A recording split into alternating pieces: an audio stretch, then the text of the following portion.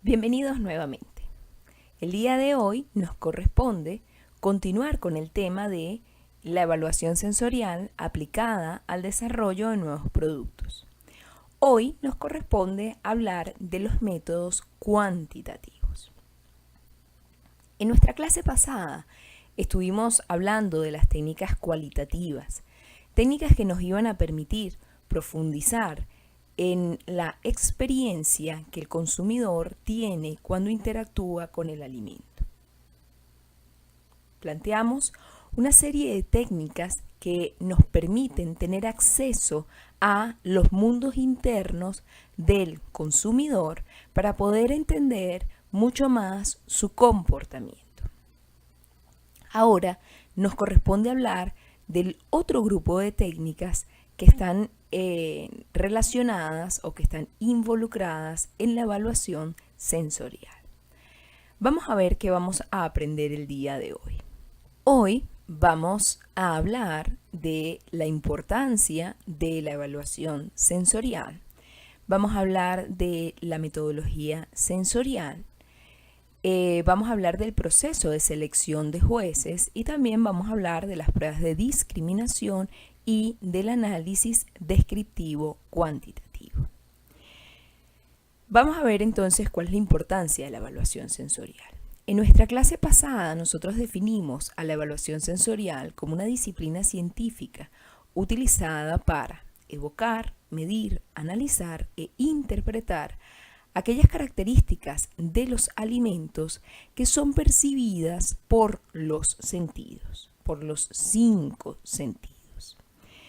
Dijimos que cada una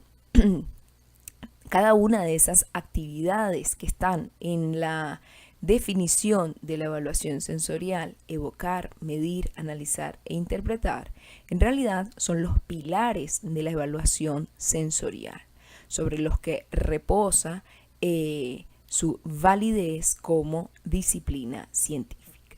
Habíamos hablado la clase pasada que evocar se refería a las condiciones de preparación y presentación de las muestras, para garantizar que la respuesta que nosotros vamos a obtener del juez se debe exclusivamente a las características sensoriales del alimento y no a las características sensoriales del entorno.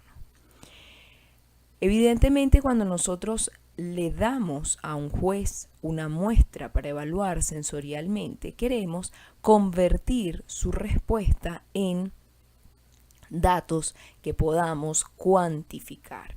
Nosotros necesitamos poder medir esa respuesta sensorial. O sea que traducimos la percepción en números. Y una vez que recopilamos esas respuestas, entonces nos corresponde analizar. Y para eso aplicamos una serie de métodos estadísticos para probar las hipótesis que nos planteamos al inicio del estudio sensorial.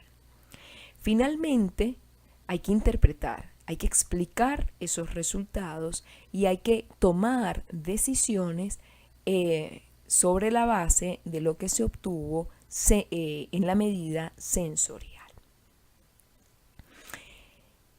Hay algo muy importante que nosotros tenemos que tener en cuenta.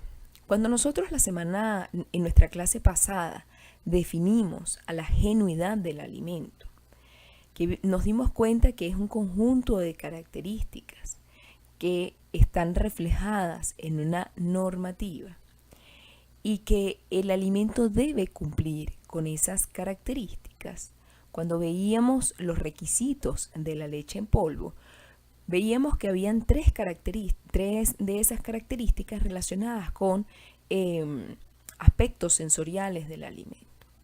Pero el resto de los requisitos estaban relacionados con parámetros físico-químicos y microbiológicos.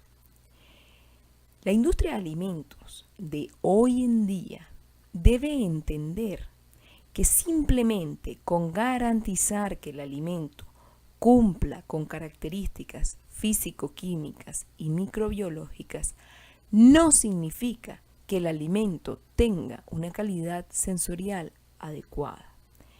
Por lo tanto, las medidas sensoriales son medidas que no se pueden sustituir. Y eso va a garantizar que esa industria o esa empresa o ese emprendedor siempre ofrezca alimentos o productos de altísima calidad.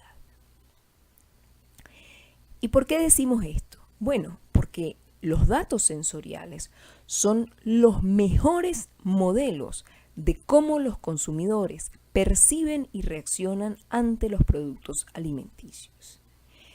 La evaluación sensorial mide aspectos integrales que incluyen la historia de nuestro juez y el marco de referencia de la experiencia sensorial.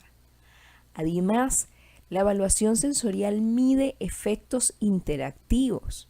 Si nosotros cambiamos un ingrediente en una formulación, puede que no afectemos el contenido de proteínas del alimento, pero sí puede que afectemos su color, su sabor, su textura.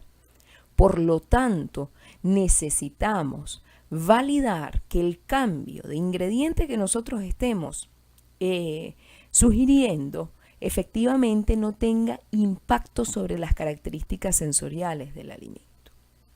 En ese sentido, las medidas que se obtienen a través de la evaluación sensorial son imposibles de obtener con medidas instrumentales. Algunos aspectos que tenemos que considerar cuando entendemos que la evaluación sensorial es una disciplina científica necesaria de aplicar en el control y en el desarrollo de nuestros productos, tenemos que entender que aplicar las pruebas sensoriales toma tiempo, que pueden ser costosas, que la muestra que nosotros sometemos a evaluación sensorial se destruye. Y lo más importante que tenemos que entender es que nuestros instrumentos de medida son seres humanos. Por lo tanto, su respuesta está supeditada a factores ambientales o emocionales, a errores de expectativa.